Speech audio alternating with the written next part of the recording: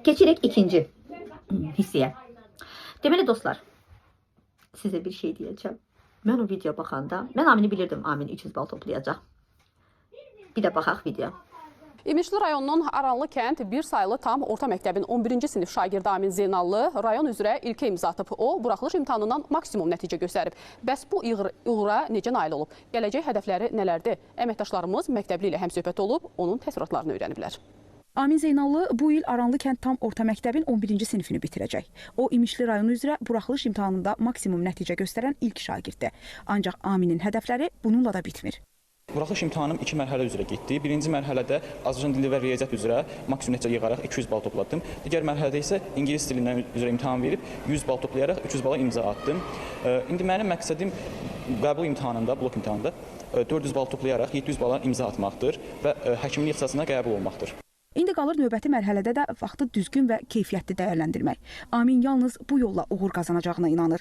Ailəsi də ona dəstəyini əsirgəmir. Və baxa-baxa mən sizə deyirəm, yəni səsini alıram və deyirəm.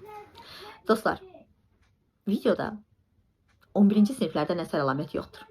Amin 10-cu siniflərlə birlikdədir. Niyə? Niyə? Baxın, uşaqlar qəşəng məktəbli geyimindədir. Yalan söhbətdir. O məktəbdə məktəbli geyim deyilən bir şey yox idi.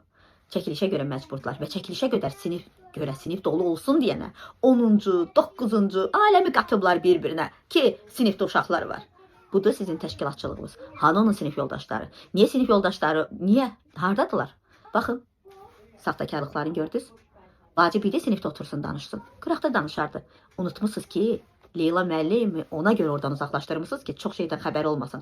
Ağlımıza gəlmədi ki, bu çəkiliş edən zaman Leyla müəllim görəcək ki, orada 11-ci sinif uşaqları, yox 10-cu sinif uşaqları oturub. Hanı 11-ci siniflər? Baxın, İmişlidə bax belə saxtakarlıq gedir.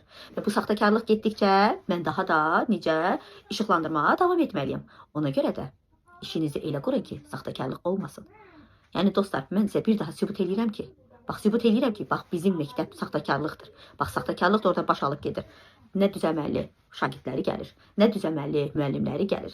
Uşağın adı var, özü yoxdur. Uşağın barmağında özü var, məktəbə gəlmir, amma adı gedir ki, sinif bağlanmasın. Flankəsin adına kart var.